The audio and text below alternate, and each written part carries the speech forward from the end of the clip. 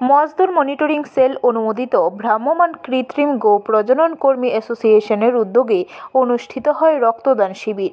রাজধানী বটতল এলাকায় আয়োজিত রক্তদান শিবিরে উপস্থিত ছিলেন সাংসদ বিপ্লব কুমার দেব, শ্রমিক নেতা বিপ্লব কর সহ অন্যান্যরা। এই দিন শিবিরে বহু রক্তদাতা স্বেচ্ছায় উৎসাহের সাথে রক্তদান করেন।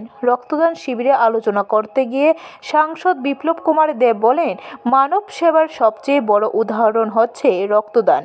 রক্তদান মানে জীবনদান। ত্রিপুরা রাজ্যে স্বেচ্ছায় রক্তদান করে মানুষ, অন্যান্য রাজ্যে এমনটা হয় না। ত্রিপুরা রাজ্যে যারা রক্তদান করে তাদের রক্ত কার শরীরে যাবে তা রক্তদাতা জানে না, তার জন্য রক্তদানকে মহৎদান বলা হয়ে থাকে। সাংসদ বিপ্লব কুমার দেব বলেন, ত্রিপুরার মানুষ প্রধানমন্ত্রী নরেন্দ্র মোদী এবং কেন্দ্রীয় স্বরাষ্ট্রমন্ত্রী অমিত শাহকে বিশ্বাস করে। তাই কেন্দ্রীয় স্বরাষ্ট্রমন্ত্রী অমিত শাহ রাজ্য সফরে এসে বলে গেছেন ত্রিপুরাকে বিকশিত প্রদেশ বানাবে।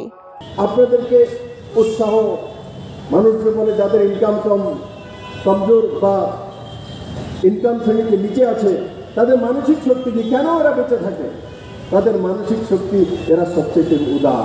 এরা কাউকে ভয় পায় না, কারণ জীবন হয়েছে একদিন তো মৃত্যু হতেই হবে, কিন্তু যতদিন আছি তো মাথা উঁচু করে দাঁড়াবো।